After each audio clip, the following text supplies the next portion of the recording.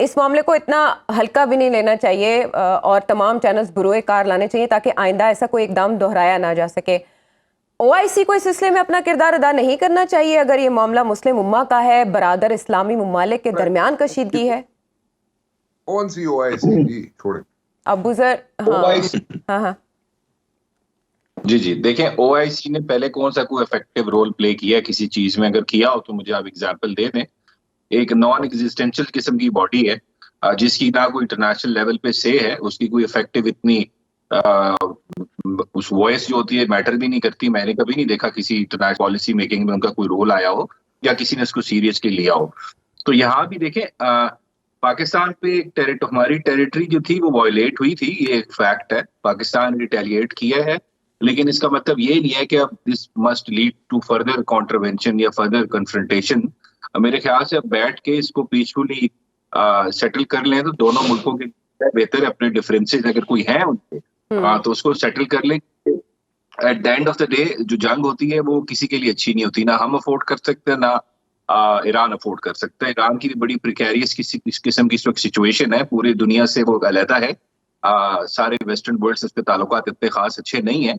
तो मेरे ख्याल से अगर वो पाकिस्तान से भी अपने ताल्लुकात खराब कर लेगा तो फिर ईरान खुद भी बड़ी डिफिकल्ट और अनसस्टेनेबल पोजीशन पे पहुंच सकता है। तो मेरी रीडिंग इसमें यही है कि ये लोग बैठ जाएं, क्योंकि वो याद आपको पड़ा होगा बर्ट्रैंड रसेल ने बड़ी प्यारी बात की थी, जो वॉर होती है वो ये डिटरमिन नहीं करती कौन गलत है कौन ठीक है, वो सिर्फ ये डिटरमिन करती है व्हाट बिहाइंड। तो at the end of the day कुछ बचता नहीं है। अगर आप जंग लड़े दोनों साइडों का नुकसान होता है।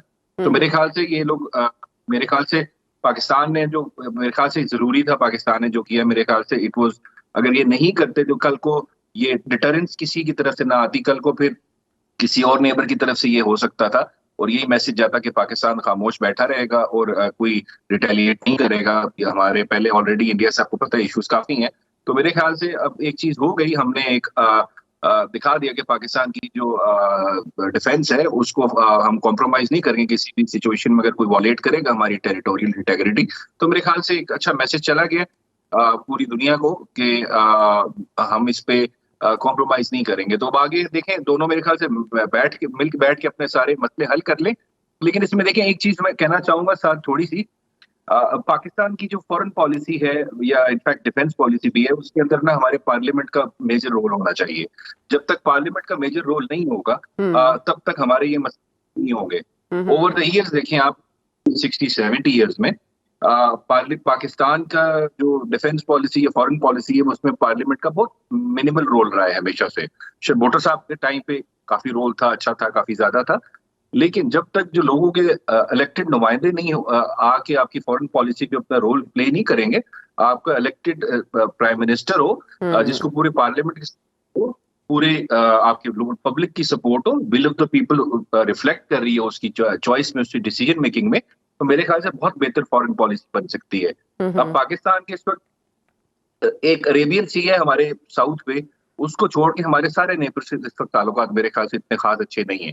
तो दैट मीन्स कि कुछ तो हमसे भी गलतियां हुई होंगी ना, कुछ हमने भी मिस्टेक्स हुई होंगी कि अफगान पॉलिसी में हमसे गलतियां हुई होंगी, शायद ईरान की पॉलिसी में कुछ हमसे गलतियां होंगी। तो इंट्रोस्पेक्शन का वक्त है। तो जब तक हम अपनी देखेंगे तो मेरे ख्याल से इस तरह सबको ब्लेम करना, सारे नेबर्स हो रहे हैं, शायद हमसे भी गलतियां हुई हो। तो मेरे ख्याल से वो तभी जब इसमें डिबेट होगी, पार्लियामेंट में डिस्कशंस होंगी, तो बड़े अच्छे फैसले हो सकते हैं जिससे इस मुल्क की भी बेहतरी हो सकती है। At the end of the day सबसे ताल्लुकात बेहतर होंगे तो इकॉनमी बेहतर होगी। अगर हम लड़ते रहेंगे तो हमारी इकॉनमी बेहतर नहीं होगी, और इकॉनमी बेहतर नहीं होगी तो मुल्क ये आपका प्रोग्रेस नहीं कर सकता। अब कैंपेन स्टार्ट होने जा रही है सैटरडे से, उसको लीड आपके ख्याल में कौन करेगा? पंजाब में इजीली कर सकेगी पाकिस्तान तहरीक इंसाफ कैंपेन? और ये जो दस्तबरदारी है इलेक्शन लड़ने से टॉप टियर लीडरशिप की, ये गैर एलानिया बायकॉट के मुतरादिफ नहीं?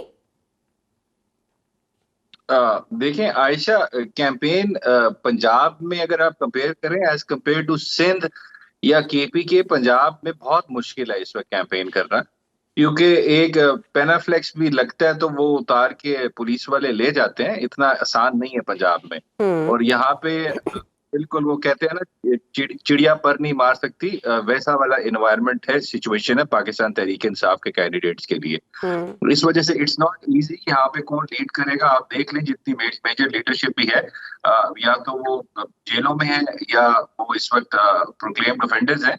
इस वजह से पंजाब इज वेरी डिफिकल्ट, क्योंकि पंजाब ने ही फेट डिटरमिन करना है who will form the government in the centre. तो इस वजह से कैंपेन यहाँ पे लीड करे। इस वक्त कैंपेन पंजाब में जो भी हो रही है विदाउट फ्लैग्स और विदाउट पैनाफ्लैग्स जो है, जो कैंडिडेट्स हैं वो खासकर उसमें जो अपनी कैंपेन कर रहे हैं। बाकी तो इतनी आसान नहीं है यहाँ पे कैंपेन करना, इट्स वेरी डिफिकल्ट यहाँ पे। और अब आपके सामने ही है वो जो बैट का सिंबल है, वो भी पार्टी के पास से चला गया। तो मेरे ख्याल से इससे ज्यादा अच्छी इन्वायरमेंट तो मियां नवाज शरीफ साहब के लिए नहीं होगी कि वो इलेक्शन यहाँ पे पंजाब में लड़े। अब एक ही मेरे ख्याल से एक FIR एक और भी कर दें चेयरमैन PTI पे के जो फिरौन को मशवरा दिया था दरियाए नील में उतरने का, वो भी उन्होंने दिया था, तो उस पर FIR को काट दें। मेरे ख्याल से इस तरह की इन्वायरमेंट तो रह के गया यहाँ पे।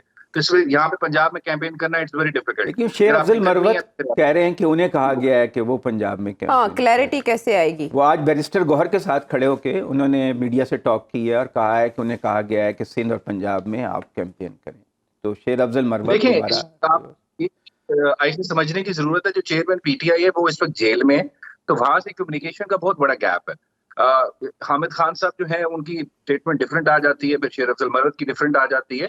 तो इस वजह से कोई भी कैंपेन लीड करे, मेरे ख्याल अगर शेर अफजल मरवत भी कैंपेन लीड करे तो he will be more than welcome to do it. अगर वो कर सकते हैं तो बिल्कुल करनी चाहिए कैंपेन। लेकिन अगर वो कर सकते हैं कि यहाँ लाहौर जब वो आए तो यहाँ पे MPO के तहत अरेस्ट कर लिया गया था, फिर उनको 4-5 दिन कैंप जेल में उन्होंने गुजारे थे। तो Punjab is very difficult as compare to the rest of the provinces. ये दस्तबरदारी की भी वजह हमें बता दें।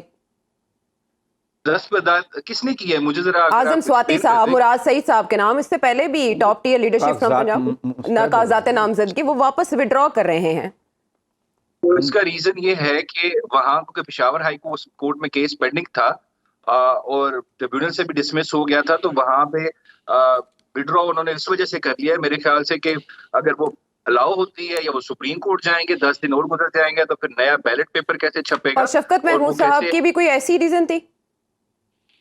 नहीं, वो तो देखिए उनका तो था कि सलमान अकरम राजा साहब इज द कैंडिडेट नाउ, तो इस वजह से उनको तो विड्रॉ करना था, क्योंकि चेयरमैन PTI ने राजा साहब को चूज कर लिया था, उनका हल्का एक ही था, तो इस वजह से वो फिर बैठ वो कंटेस्ट नहीं कर सकते थे।